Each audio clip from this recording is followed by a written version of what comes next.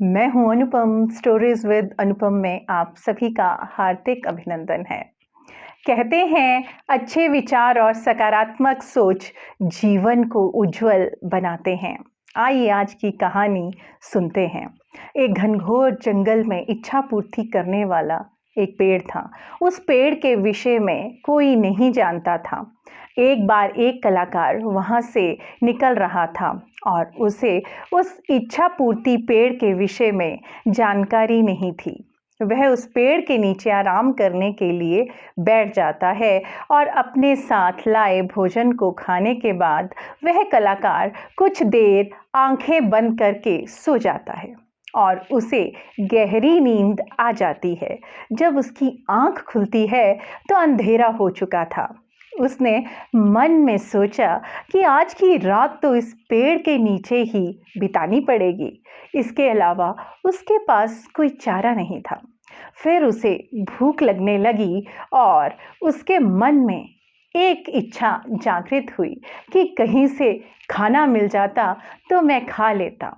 कमाल की बात यह हुई कि उसके सामने पकवानों से भरी हुई एक थाली आ गई।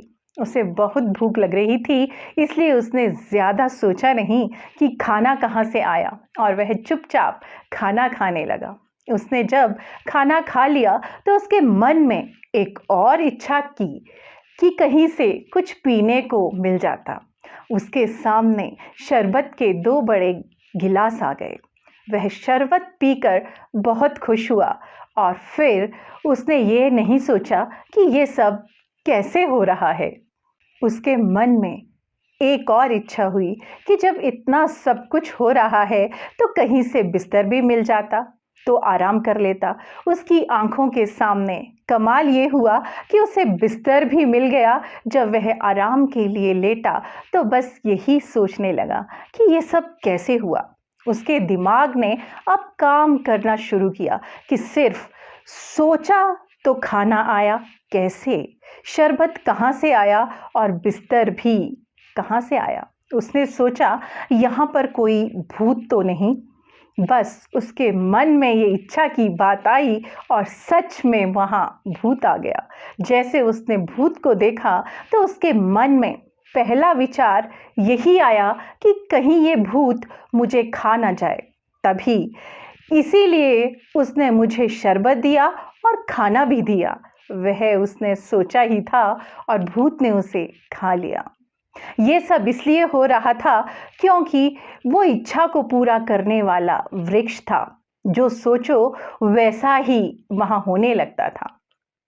ये कहानी उस कलाकार की नहीं, उस इच्छा को पूरे करने वाले पेड़ की नहीं और उस जंगल की नहीं, बल्कि ये कहानी आपकी और हमारी है। हमारा दिमाग उस दुनिया का सबसे बड़ा इच्छा को पूरा करने वाला पेड़ है, लेकिन कमाल की बात यह है कि हम हमेशा नेगेटिव सोचते हैं और वैसा ही घटने लगता है। इसलिए कहानी का सार ये कहता है कि जैसा सोचोगे वैसा पाओगे।